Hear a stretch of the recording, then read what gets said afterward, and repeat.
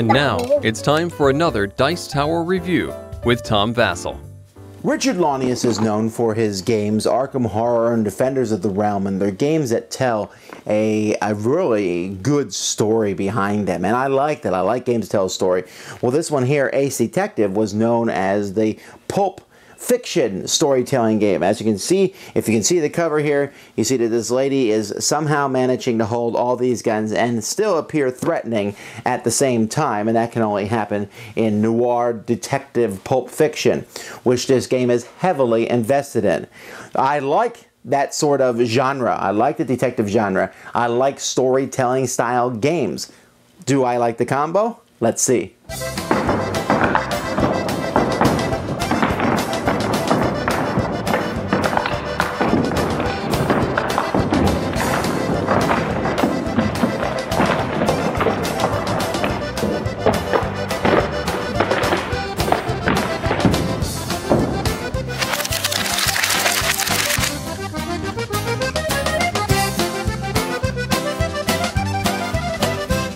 There are two versions of the game, the hardboiled detective version and the storytelling version. Both of these versions are done the same way. Now, what you have here is a rating chart in this, but what players are going to be doing is they're telling a detective story. And to tell a detective story, first you need a detective. So you will choose one of the detectives that comes with the game. Now this detective will have a picture and a special ability that affects how the game works, and then of course a lot of flavor text on the back. So you have different detectives that you can use. That's a detective that you'll be using as the game progresses. Also, they have an icon which is kind of the beginning of your story. You will also pick a crime. For example, maybe the case of the missing jewels or murder at midnight. And there's really a lot of different crimes that you can pick. These crimes might have special setups. They will have what's going on, the date of the crime, and what's happening. And they also have a list of suspects that you can pick, or you can pick any suspects you want. You're going to put 4 suspects on the table, and each of these fits a kind of a stereotype. The breathing widow, the corrupt cop, the naive little sister, etc. Now, I must point out at this point that some of the artwork here is fairly PG-13. It's most of it's directly from the pulp fiction things, but just as you know, I don't know that all the artwork was appropriate for young children. Now, what you're going to be doing as the game progresses is there's going to be 4 suspects that are on the table, and you're trying to figure out which of them has committed the crime.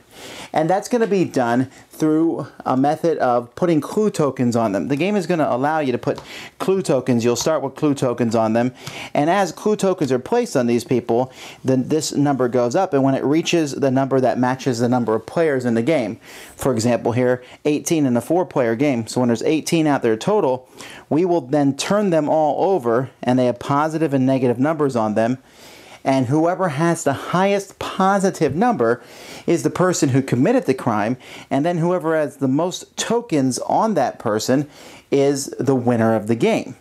Now, how the game actually works, though, is very different than that. Players are going to be telling a story, and they're going to be doing that by playing these story cards. Now, these story cards are going to be played sequentially, and they have kind of a picture on them, and then some keywords, like I could use this one as strong winds or torrential rains. But they also have an icon that shows what kind that is, like this is the scene. And after this can come 3 different things. I could use a weapon, a person, or a location card. So I might play airport runway. And as I tell this story, I'll say, you know, the first, it was a rainy night. I went to the airport and looked for the crime. On the way, I passed some kids who were eyewitnesses. And on your turn, you can play 1 or 2 of these cards. You also, players are striving to play a story card, usually, like this Daring Escape Kidnap Attempt, which allows you to play a clue card afterwards. Players will be having clue cards. These clue cards require plot points to play them, and I'll talk more about plot points in a minute. But most of the time, they will allow you to place a clue on a suspect or place a clue on a random suspect somehow. And again, that's how the game works, is to get these clue tokens on people. There's also narration cards, which can be played kind of like above or below. Like when you play this narration card, I could tell the dame was trouble. And these have quotes from different books and movies about this, and you can play one of them underneath one of these cards, and it lets you do a special effect, like maybe switch clue tokens or reveal them, etc. Now, the game is played using plot points. Now, this is the main difference between the hard-boiled game and the storytelling game. In the hard-boiled game, you get 5 plot points each turn, and you'll use those to do a variety of things. They're actually listed right here on the plot point purchasing. You can buy more story cards, you can buy clue cards, you can add to dice rolling when you roll die to do different things, and you can place out clues, etc.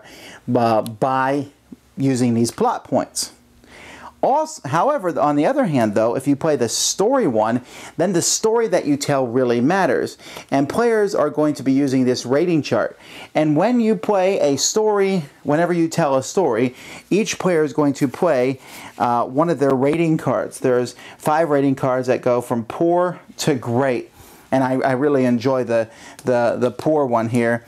This is one sad story. Story poorly told. No continuity to story chain. Use card poorly. Minimal effort, not entertaining.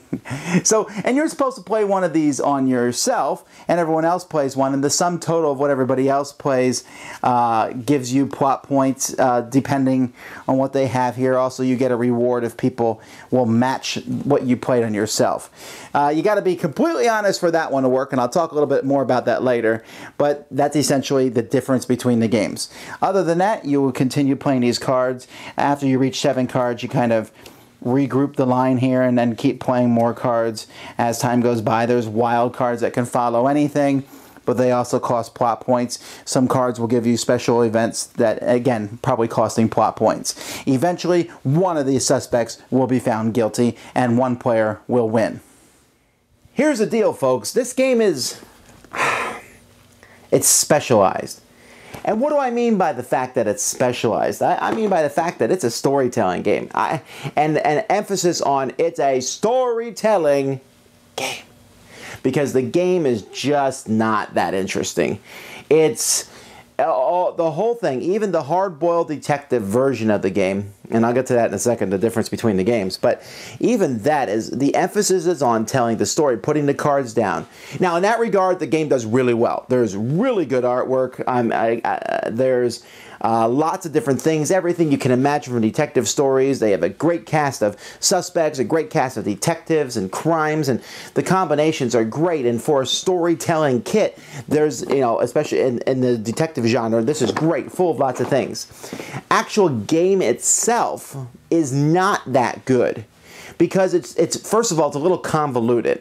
I like the idea of playing story cards after the others, but essentially, pretty soon you figure out, hey, the only way to win this game is to play the clue cards, which let me put clues on people. So nothing else matters. The narrative, all that nonsense doesn't matter. It's putting out the clue cards. And so that's all you do, is you specifically place to play those clue cards. And the person who gets lucky and draws the best clue cards that can be placed at the right times is the winner.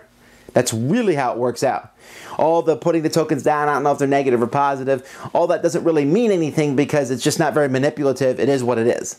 And so there's all these pieces and all this stuff going on and all the different kinds of cards you can be played and all different ways you can spend those points, and it essentially comes down to the fact that it's a very, very simple, basic, not very exciting game. Add in the storytelling element, and that's just a disaster, really. Because a storytelling game, the game itself says if you can't rate yourself honestly, then don't play the storytelling game. Come on now. People out there, that's just leads into arguments. Any game where you rate other players and what they do is inherently mean, as it is. It's, oh, you did a horrible job. And it's hard. It's really hard. I mean, you could say, well, I'm honest and I'm completely objective in these things. And even though John's winning the game and tells fantastic stories, I would always rate his things the highest I possibly could because of his great storytelling, even though he's winning. Well, I'm glad for you, and I'm perfectly glad that you're super honest like that. But the fact is, most people aren't going to be that honest, even if it's just a subconscious thing. And so this whole rating other players and rating yourself thing, I've never seen it not fall apart. It's fun when players tell stories, and I don't mind the whole pushing. I think it's great that the game encourages you to tell stories behind a thing, and I like that aspect of the game, but when you try to make that into an actual game, that doesn't work there. So, are you looking for a game that allows you to tell stories with artwork that matches the theme, that has all kinds of combinations to tell great detective noir stories? Then you want this game. It does a great job at that. But if you are looking for a great game, this is not it. So I'm not really giving this a positive or negative review, but I'm trying to warn people, what are you looking for? Because that is what you're going to get. You look for the game, you will be sorely disappointed. You look for a storytelling mechanic. There are many storytelling games out there, and that's great. And this is a good one. It's very specifically set in the detective setting, but this is a good one in that regard, and you'll like that. Just go in expecting that and nothing else, and you will be happy. Thanks so much for watching the Dice Tower videos. Find more great videos and reviews, as well as our top-rated audio podcast at Dicetower.com. You can also find other great shows at DicetowerNetwork.com. I'm Eric Summerer, and you've been watching The Dice Tower.